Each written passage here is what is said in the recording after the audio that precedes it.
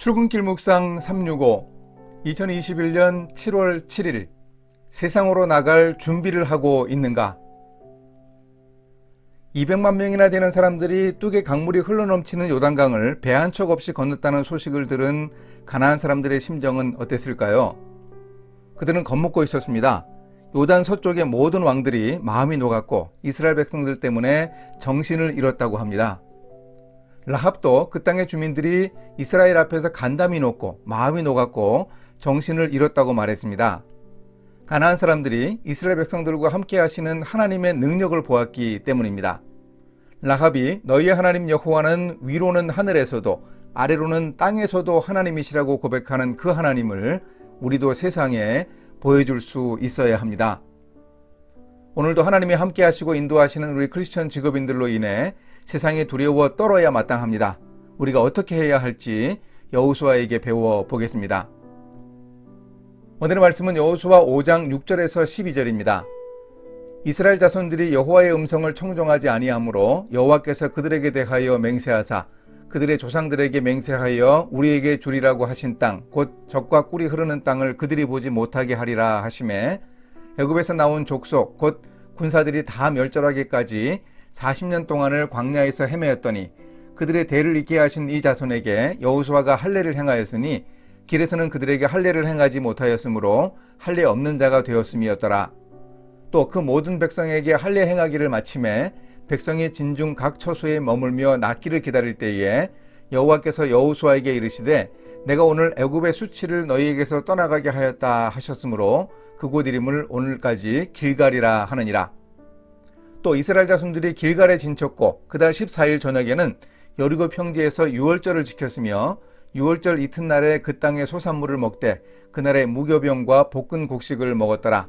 또 그 땅의 소산물을 먹은 다음 날에 만나가 그쳤으니 이스라엘 사람들이 다시는 만나를 얻지 못하였고 그 해에 가나안 땅의 소출을 먹었더라. 요단강을 건넌 후 가나안 사람들과 전쟁을 하기 전에 이스라엘 백성들이 해야 할 일이 두 가지 있었습니다. 그중 하나가 할례였습니다. 이유는 잘 모르지만 아마도 그간 광야 생활로 이스라엘의 신세대 사람들은 할례를 받을 수 없었을 듯합니다. 그들에게 행한 할례는 몸으로 고통을 체험하거나 성인식과 같은 통과 의례가 아니었습니다. 구원해 주신 하나님이 명령하신 언약의 표징이었습니다. 할례를 시행하며 이스라엘 백성들은 가나안 정복 전쟁을 하기에 앞서서 하나님의 말씀과 언약의 중요성을 깨닫는 기회를 가졌습니다. 요단강에서 경험한 대로 죽음의 강을 건너 그들은 구원받았습니다. 구원해 주신 하나님과 가지는 관계인 언약을 분명하게 기억해야 세상에서 승리할 수 있습니다. 그런데 한번 생각해 보십시오. 광야 생활을 시작한 이후 태어난 세대인 40세 이하의 남자들이 다 할례를 받고 각 처소에 머물면서 낫기를 기다렸습니다. 남자들 중 3분의 2이고 징병되어야 할 사람들이 꼼짝 못하고 고통을 견디는 상황이니 만약 여리고 사람들이 이 사실을 알고 기습해 온다면 어떻게 되었을까요? 과거에 야곱의 아들들이 세겜성에서 이렇게 할례를 받은 후 누워있던 세겜 사람들을 몰살시킨 적이 있었습니다. 전술적으로 본다면 이스라엘 백성들은 매우 어리석고 위험한 행동을 하고 있었습니다. 하나님이 의도하신 언약의 징표인 할례의식 시행의 의미는 바로 여기에 있었습니다.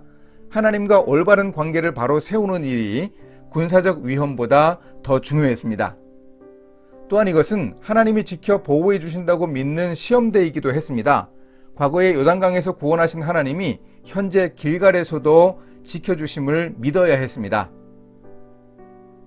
할례의식 후에 또 한 가지 이스라엘 백성들이 했던 일은 여리고 평지에서 유월절을 지키는 일이었습니다.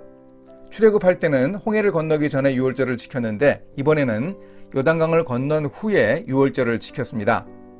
하나님이 죽음의 위협 가운데서 구원해 주신 의미를 잘 살리는 의식이 바로 유월절이었습니다.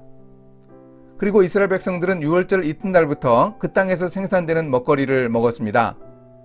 이 말은 그간 40년간 광야에서 아침마다 내리던 만나가 더 이상 공급되지 않았다는 뜻입니다. 광야에서 의식주를 하나님께 전적으로 의존하는 것은 대단히 큰 은혜였습니다. 그러나 이제 세상으로 나가기 위해서 스스로 먹거리를 찾는 것도 또 다른 은혜입니다. 만나로 이스라엘과 동행하심을 보여주신 하나님은 이제 그들이 수고하고 경작하여 먹는 거친 음식을 통해서도 여전히 이스라엘과 함께 하심을 보여주실 것입니다. 광야에서는 자주 옮겨 다녀야 해서 누리지 못했지만 이제 이스라엘 사람들은 정착해서 농사 지으며 노동의 즐거움과 유익을 누릴 기회를 얻기도 했습니다. 이렇게 이스라엘 백성들은 가나안을 정복하기 위해 준비했습니다. 우리도 역시 세상을 향한 준비를 하고 있습니까? 이렇게 실천하겠습니다. 구원주이신 하나님과 언약 관계를 늘 기억하고 감사하며 살아가겠습니다. 하나님을 의지하는 믿음으로 세상 속의 두려움을 이겨내어야 하겠습니다. 세상에서 하나님의 능력을 입은 전사로 살아가겠습니다. 그래서 세상 속 그리스도인의 야성을 갖추기 위해 노력하겠습니다. 함께 기도하십니다.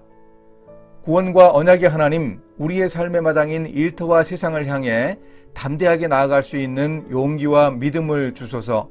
우리의 일터가 바로 하나님이 보내신 사역지임을 깨닫고 하나님만 의지하는 믿음으로 나아가 세상을 능히 정복할 수 있게 도와주소서. 예수님의 이름으로 기도합니다. 아멘.